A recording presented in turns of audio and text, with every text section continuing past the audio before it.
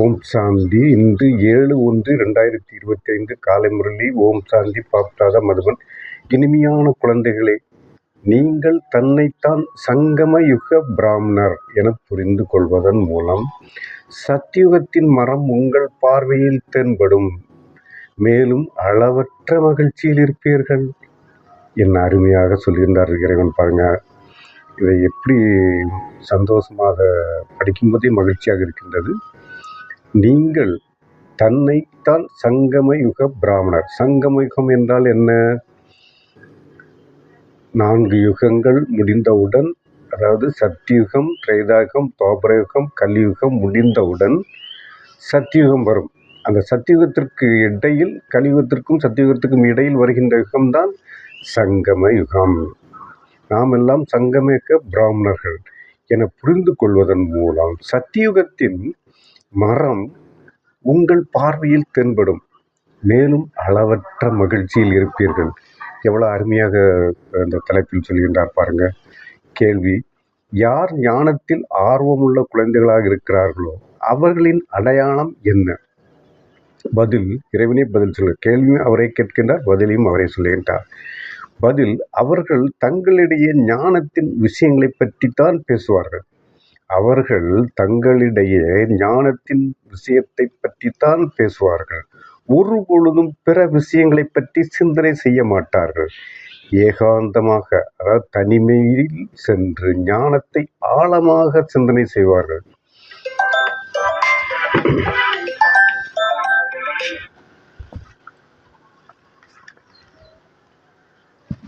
என்ன சொல்கின்றார் பாருங்க. கேள்வி பதில் ரொம்ப அருமையாக சொல்கின்றார் இறைவன். அதாவது கேள்வியிலும் திருப்பி ஒரு முறை சொல்கின்றேன். யார் ஞானத்தில் ஆர்வமுள்ள குழந்தைகளாக இருக்கிறார்களோ அவர்களின் அடையாளம் என்ன? அடையாளம் என்ன என்று கேட்கின்றார். பதில்: அவர்கள் தங்களிடையே ஞானத்தின், அதாவது முரளியை பற்றியும் முரளியில் சொல்லப்பட்ட கருத்துக்களை பற்றியும் தான் விவாதிப்பார்கள். மற்ற கருத்துக்களை பற்றி பேச மாட்டார்கள். மற்றவருடன் தொடர்பில் இருக்க மாட்டார்கள். அஞ்ஞானிகளுடன் தொடர்பில் இருக்க மாட்டார்கள். ஞானத்தை கற்றுக்கொண்ட குழந்தைகளோடு தான் அதிகமாக அவங்க தொடர்பில் இருப்பார்கள். ஞானத்தின் விஷயங்களை பற்றி தான் பேசுவார்கள். ஒருபொழுதும் பிற விஷயங்களை பற்றி பேச மாட்டார்கள். சிந்தனை கூட செய்ய மாட்டார்கள். ஏகாந்தமாக, அதாவது தனிமையாக சென்று ஞானத்தை ஆழமாக சிந்தனை செய்வார்கள். எவ்வளவு அருமையான, எளிமையாக புரிகிற மாதிரி தெளிவாக சொல்லியிருக்கின்றார். அடுத்தது தாரணைக்கான சாரத்தை பார்ப்போம். தாரணைக்கான முக்கிய சாரம் 1 பாயிண்டில் முதல் பாயிண்ட்: அழிவற்ற ஞான செல்வத்தை தானம் செய்து மகாதானி ஆக வேண்டும்.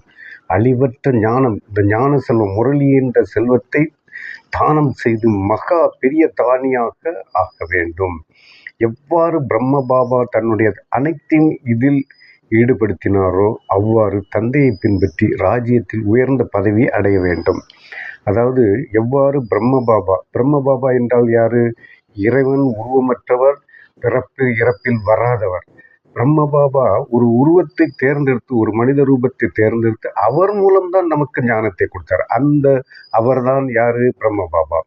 அதாவது பிரம்ம பாபா அவர் அவருடைய உண்மையான பேர் லேக்ராஜ். ஒரு வைர வியாபாரி, பெரிய வைர வியாபாரி என்றால் உலகத்தில் உள்ள அத்தனை பேர்களும் வந்து பல கோடிக்கணக்கில் வைரங்களை வாங்கி செல்வார்கள். அப்பேற்பட்ட அந்த வைர வியாபாரி அவர் இறைவன் தேர்ந்தெடுத்த பிறகு அவருக்கு பெயர் பிரம்ம பாபா. தன்னுடைய அனைத்தையும், சொத்து அத்தனையும் இதில் ஈடுபடுத்தினார். எவ்வாறு ஈடுபடுத்தினாரோ அவ்வாறே தந்தையை பின்பற்றி ராஜ்யத்தில் உயர்ந்த பதவி அடைய வேண்டும் என்று நமக்கு அந்த நடைமுறைப்படுத்த வேண்டிய தாரணை என்றால் நடைமுறைப்படுத்த வேண்டிய முக்கியமான செய்தி. அடுத்த 2வது பாயிண்ட்: தண்டனையிலிருந்து தப்பித்துக் கொள்வதற்கு கர்மாத்தீத் நிலை அடையும் அளவிற்கு யோக வருமானம் செய்ய வேண்டும். தண்டனை குற்றம் செய்தால் தண்டித்து தண்டனை அனுபவித்தே ஆக வேண்டும். ஒரு தவறு செய்தால், பாவம் செய்தாலோ, எந்த தவறு செய்தாலோ குற்றத்திலிருந்து அந்த குற்றத்திற்கு தண்டனை அனுபவித்தே ஆக வேண்டும். தண்டனையிலிருந்து தப்பித்துக் கொள்வதற்கு, அதிலிருந்து தப்பித்துக் கொள்வதற்கு கர்மாத்தீத் நிலை, அதாவது கர்மத்தை வென்ற நிலை அடையும் அளவிற்கு யோகா வருமானம் செய்ய வேண்டும். யோகா வருமானம் என்றால் யோகா செய்து அந்த வருமானத்தை பெற வேண்டும். நிறைய மதிப்பெண்கள் பெற்று தேர்ச்சி அடைவதற்கு முழுமையிலும் முழுமையான முயற்சி செய்ய வேண்டும். நிறைய மதிப்பெண் பெற்று தேர்ச்சி அடைவதற்கு முழுமையிலும் முழுமையான முயற்சி செய்ய வேண்டும். மற்றவர்களை பார்க்கக்கூடாது, யாரையும் பார்க்கக்கூடாது, யாரையும் பார்க்க ஞான குழந்தைகளை மட்டும்தான் பார்க்க வேண்டும். அஞ்ஞானி குழந்தைகளை பார்க்கவும் கூடாது, அவர்களுடைய தொடர்பும் இருக்கக்கூடாது. வரதானம் கடுமையான நியமம் மற்றும் திட சங்கல்பத்தின் மூலம் கவனக்குறைவை முடித்து விடக்கூடிய பிரம்ம பாபாவுக்கு சமமான களைப்பற்றவர் ஆகிறார். வரதானம் பாருங்க, கடுமையான நியமம் மற்றும் திட சங்கல்பத்தின் மூலம் கவனக்குறைவை முடித்து விடக்கூடிய பிரம்ம பாபாவுக்கு சமமான களைப்பற்றவர் ஆகுக. இதுக்கு விளக்கம் என்னன்னா, பிரம்ம பாபாவுக்கு அதாவது இந்த வரதானத்திற்கு விளக்கம் என்னவென்றால், இந்த வரதானத்தினுடைய விளக்கம் பிரம்ம பாபாவுக்கு சமமான களைப்பற்றவர் ஆவதற்கு கவனக்குறைவை முடித்து விடுங்கள். இதற்காக ஏதேனும் கடுமையான நியமத்தை உருவாக்குங்கள். திட சங்கல்பம் செய்யுங்கள். கவனம் என்ற காவலாளி சதா விழிப்புடன் இருந்தால் கவனக்குறைவு முடிந்து போகும். முதலில் சமயத்தின் மீது முயற்சி செய்யுங்கள். பிறகு சேவையில். அப்போது பூமி மாற்றமடையும். இப்போது வெறுமனே செய்து விடுவோம் ஆகிவிடும் என்ற ஓய்வின் சங்கல்பங்களினுடைய மெத்தையை விட்டுவிடுங்கள். செய்தே ஆக வேண்டும். இந்த ஸ்லோகன் நெற்றியில் நினைவிருக்குமானால் மாற்றம் நிகழ்ந்துவிடும்.